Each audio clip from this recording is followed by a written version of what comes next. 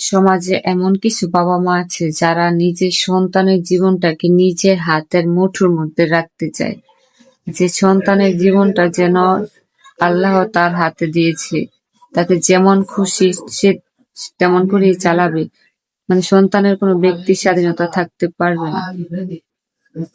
আসলে আমাদের মতো অনেক বাবা-মাদের এই বিষয়টা বোঝা উচিত। প্রত্যেকটা মানুষ তার নিজ নিজ জীবন পালনের ক্ষেত্রে নিজের একটু স্বাধীনতা থাকা দরকার। পৃথিবীতে তো সে জেলখানায় আসেনি যে সে নিজের ইচ্ছামতো তার জীবন চালাতে পারবে না, সম্পূর্ণই বাবা-মার উপর দিয়ে দিতে হবে।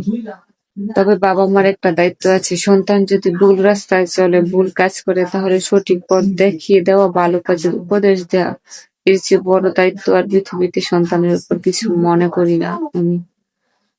কিছু কিছু বাবা-মা এরকম সন্তানের উপর কন্ট্রোলগিরি করে দেখে তারা বিরাট কষ্ট পায়।